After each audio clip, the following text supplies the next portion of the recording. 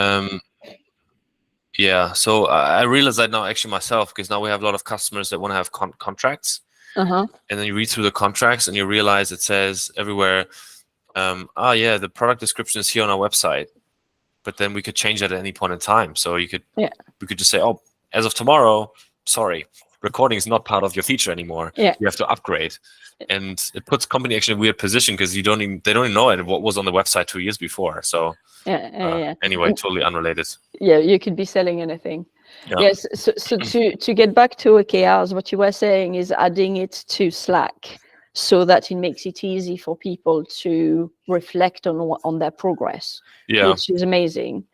And what I wanted to add to that is beyond that, you need to make planning and reflecting part of your routine before going to a tech solution.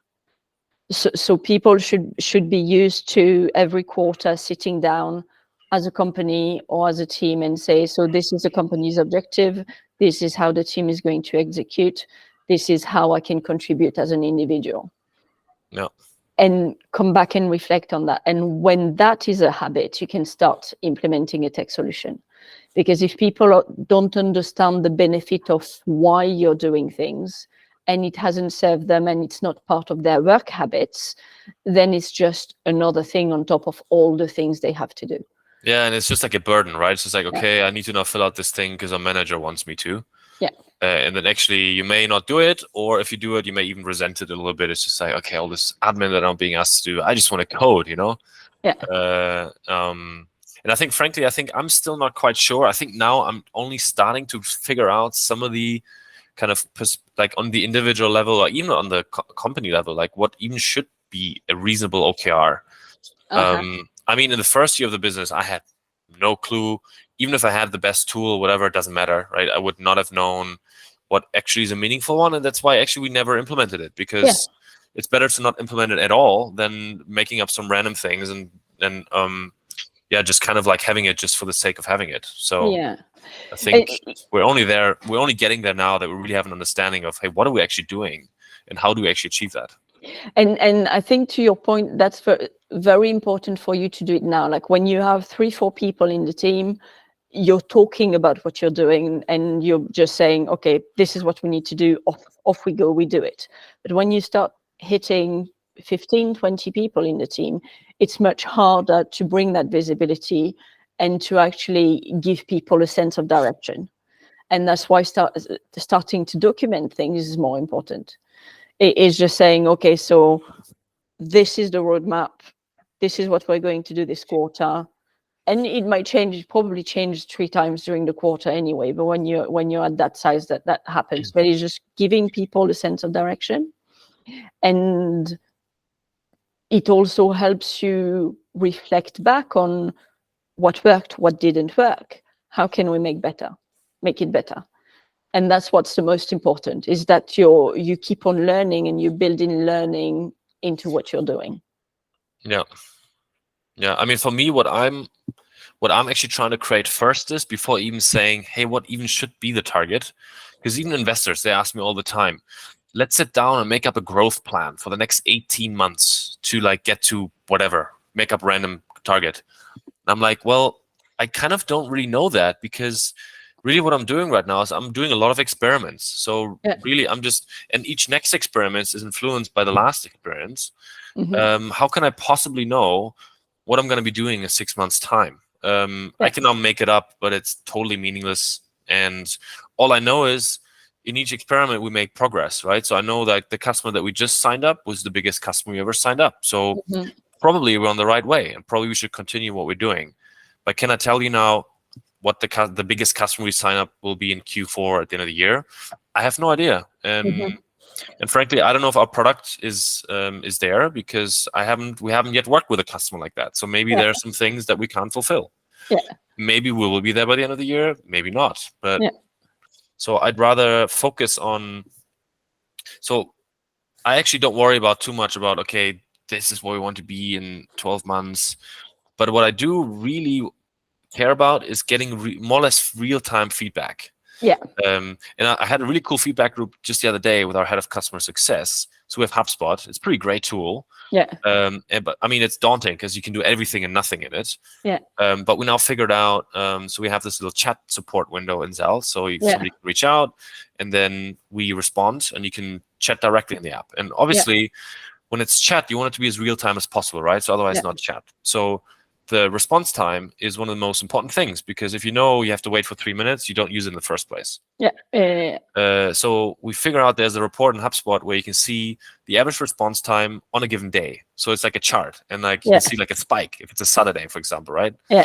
So we also reply on Saturday, of course, because we're startup, so we do it, but it takes longer. So it's okay, you see a spike. But when now we set up our dashboards and we say, okay, Delia, we have now here our customer success dashboard, and we have 2 charts on there. So it's simple, right? It's 2 things: simple, easy. response time and time to close. So that's the last time, the last message in a conversation. So it doesn't really matter where we are today. Frankly, I don't care. But what I care about is that we improve, right? And also we know when we screw up, and there's no problem in screwing up, but we should know so that we can understand why, and then maybe we can figure out how to make it better. So now she came up this morning. She's like, "Oh, I messed it up. I missed one message, and there's a big spike." It's like, well, how did it happen? There were 4 messages at the same time, so it turns out it's hard to keep track of them when there's more than one. So then you can figure out, okay, how can we? Maybe there's some rule in HubSpot to say if there's one active one, maybe we can assign it to another person, so it doesn't happen, right? So that's kind of what I think about as really valuable. But in this case, it was rather easy. If you're now an engineer, it's much harder. Like, what is the feedback there? So, and 2/3 of our team are engineers. So, how do you get that feedback? Like, and one of our angel investors that was at Revolut in the early days, right? And he was building Revolut Business, for example. So they just look on Twitter. They're like, oh, I just go on Twitter and see what people like post on Revolut, and they get the feedback in the public domain. That's amazing, right? But at the moment, we don't have that luxury. So. You're not there yet. Have you thought of looking? Can you see when the volume comes in? Because if you know that it's on Wednesday at 11 a.m. that you're getting more volume, or maybe it's on Saturday between 10 and 12 when people just have a little bit of time to investigate what they couldn't do during the week. And then you can have more people covering. Yeah, I mean, what I said is, she was like, yeah, but I was, because also she has lots of responsibilities, right? So there was zero fault on her end. It's just like, okay, you can only do one thing at a time, right? It's just what it is. And she was like, yeah, but I was carrying 2 laptops because we also provide like equipment. I was carrying 2 laptops, and there were like 4 messages coming in. I'm like, hell yeah, it's fine. You don't have to do all this on your own. But I'm sitting here. There's Polina over there. Just say, hey, Polina, jump in here, because also people like, they don't want to like ask others for favors, or some don't. So then that is now my role. I need to say, Delia, Polina, it's okay, it's okay also that you ask others to jump in, because it's a joint responsibility. So that next time, and I can jump in as well, It's not like, hey, I'm not, because you're that person that technically is responsible. It's not like others can't help. But I think unless we didn't have this incident, I wouldn't have made her aware, hey, it's okay. Just assign it to somebody else, and I tell that person, by the way, when this happens, you are responsible. So in the future, I think this will be resolved. But without this feedback loop, probably the next time the same thing would have happened. And it's not like it's the end of the world, but that one person that had to wait for 40 minutes, they will have like, oh, Zelt is pretty slow in like support, right? So and they will tell the other person, oh, yeah, Zelt is kind of slow. While 95% of other people are like, wow, Zelt is super fast, right? So you have like, and you may not even be aware of that, because if you don't measure it, you don't even know that this person exists that had this experience. And I think, so I love it that you are thinking that way, because it's helping your team grow, and it's helping people work more autonomously, because now Paulina and this other lady know that they can communicate, they need to collaborate, and it's more likely that they're going to do it themselves. And what really resonated as well is the fact that you resist the investor's plan, because the way you're working is fully agile. Totally. And it's basically, I'm speaking with my customers, this is the pain, this is what I'm developing. I know I have 100 customers. I ask them the same question. They are going to inform the next feature, right? If the investors insist, you might say, well, by the end of 2023, we will have developed another 5 features. But it's kind of pointless because you might have a massive feature that takes a long time, but it's going to get you a lot more customers. So what I've seen in startups a lot of the time is people want plan. And planning is 2 things. Planning is, especially at that stage, is both avoidance and reassurance. There's some big things that we have to do and we're afraid of starting them. And reassurance that if we have a plan, that means that we're getting somewhere. But most of the time you finish the plan, you've wasted 3 weeks and nothing gets done that was on the plan because that's not what the business needs.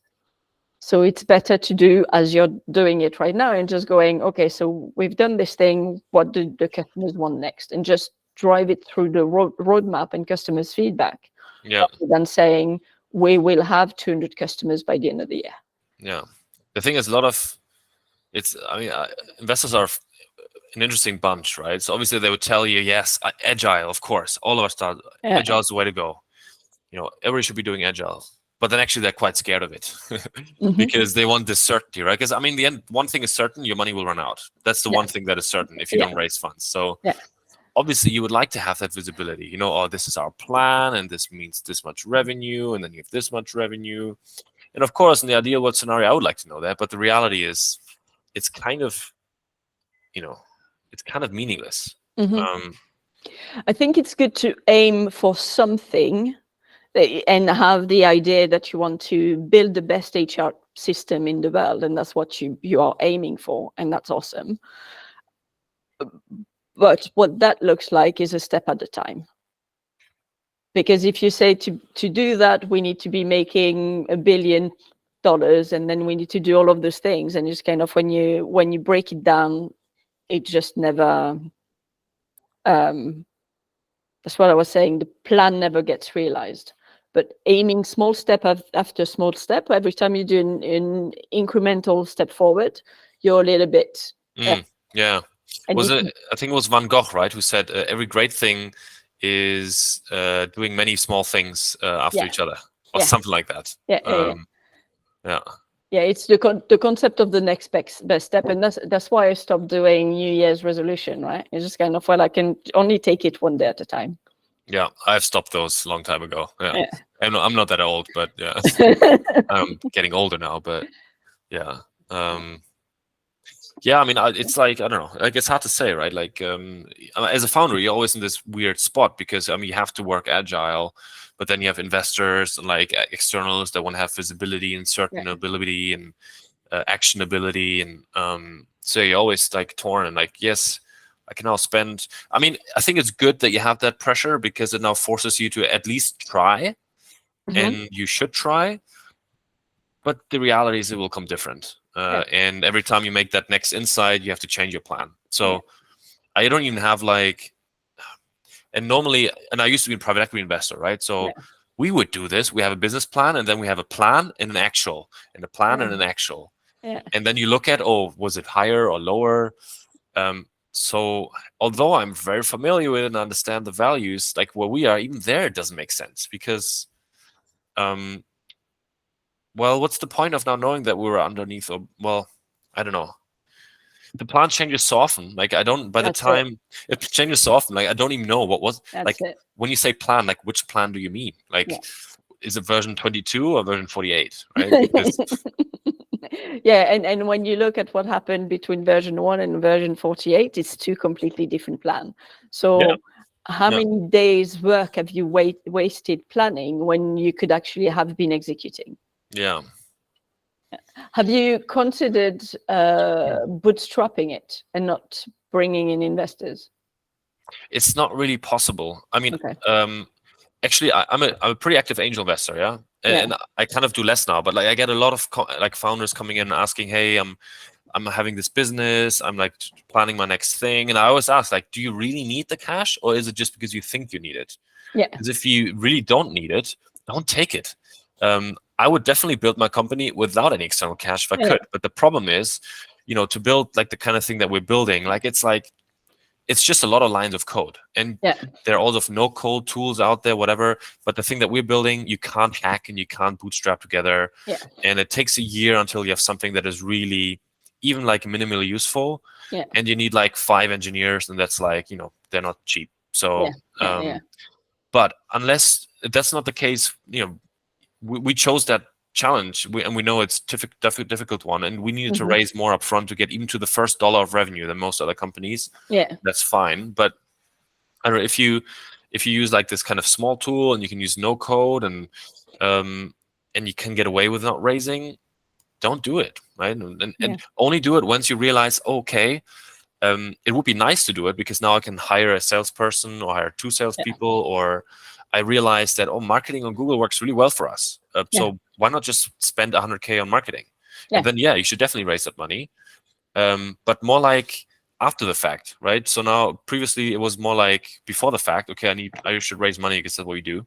But actually, it should be the other way around. And I think the same with hiring. Like a lot of companies, they raise a lot of money and they're like, okay, we need to hire 10 salespeople, and then 5 months later you fire 5 of them because you overhire, or they hired the wrong people, or maybe hired for the wrong skills. So rather, I think I'm more like, also they are very agile. I know now what we need is a marketing person because I can feel it on a day-to-day basis, and probably we should hire them. But then we kind of don't have the we never allocated budget for it, and probably won't. But I know for sure that the next person we need to hire is a marketing person. And I know exactly what they need to do because I'm right now feeling that pain. You're the one doing it. That makes sense. So even like a hiring plan, it's like, of course, eventually, of course, you hire a head of sales, and they put 20 salespeople in a room, and they're going to create a boiler room, and they probably should be doing that eventually. But at our stage, I feel like, it's just like feeling what the business is in right now and where the need is, and then I jump on it first, and then I try to hire somebody who can do it better. And then I move on. And this way you also get a feel for what the business needs.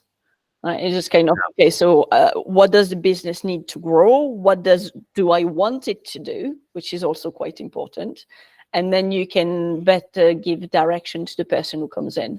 Because what I've also seen happen quite regularly is when you hire someone too early, you don't really know what you want them to do. So they have to figure it out. And it takes them much longer than you because you have the knowledge of the business and they don't. So they have to get the knowledge of the business, they have to get what's in your mind, and then execute from there.